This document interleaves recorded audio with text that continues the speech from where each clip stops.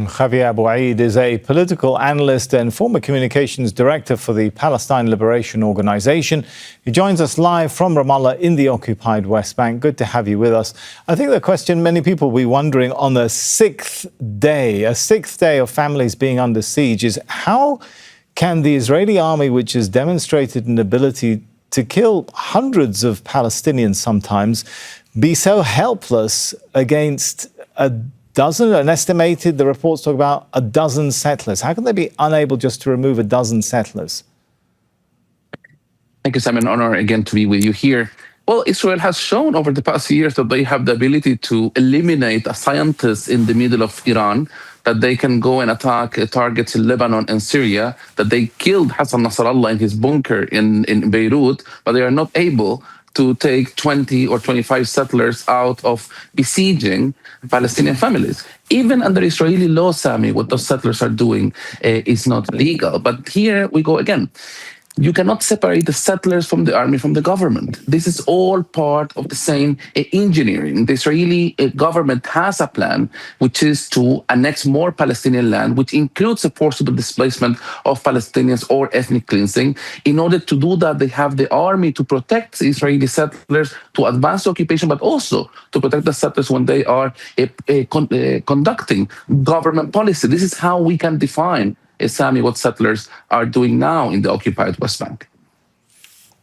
Javier, it's been 2 years since the International Court of Justice ruled in July 2024 that Israel should dismantle settlements, should leave the occupied West Bank because its presence, its occupation is illegal.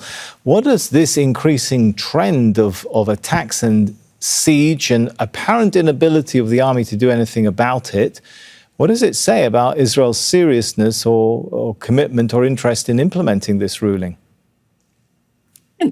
First of all, Sami, Israel has never implemented a single UN resolution involving Palestine since 1948. This is a very important point because even when Israel was welcomed as a member of the United Nations back in 1949, one of the commitments they had was to respect all UN resolutions and the UN Charter. They even included 2 UN resolutions back in 1949, which was 181 on the 2 states and 194 on the right to return of Palestinian refugees. But why should we go back to 1948? Because this is precisely, Sami, what's happening now. Those images of settlers terrorizing Palestinians, it resembles for our grandparents what the Irgun, the Haganah, the Stern terrorist Zionist groups used to do back in 1948. Israeli soldiers coming to the villages saying that they are going to protect them, but they need to leave for a couple of weeks in order for their own security. It's precisely what happened to thousands of Palestinians back in 1948. So we are reading from the same textbook.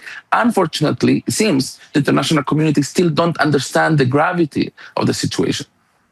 And explain the process to us of what happens in these kinds of situations where Palestinians in their own land, in their own homes, end up attacked by settlers, Israeli settlers, whose presence is illegal under international law, and then when the army does intervene sometimes, it ends in a situation in which Palestinian homes are confiscated or turned into some kind of military post.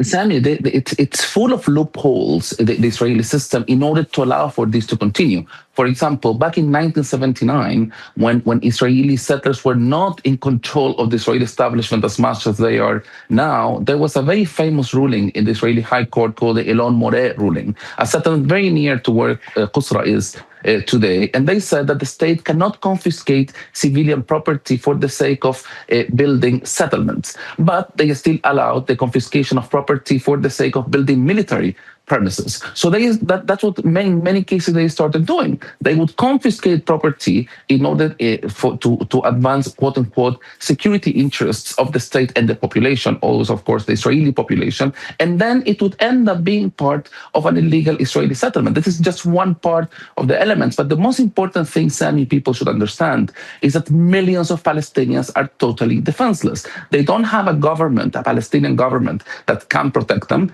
They don't have an international community willing to interfere. And even when it comes to some Israeli politicians that have been critical of how the Israeli government have been conducting this 2 months before the Israeli elections, the leading candidate for the Israeli opposition, Mr. Eisenkot, yesterday he was saying that he was critical of what Netanyahu was doing, not because it was Palestinian land, but because he was not implementing truly Israeli sovereignty in the land by allowing settlers to do whatever they want. We'll have to leave it there. Xavier Abu Eid, thank you so much for joining us, political analyst.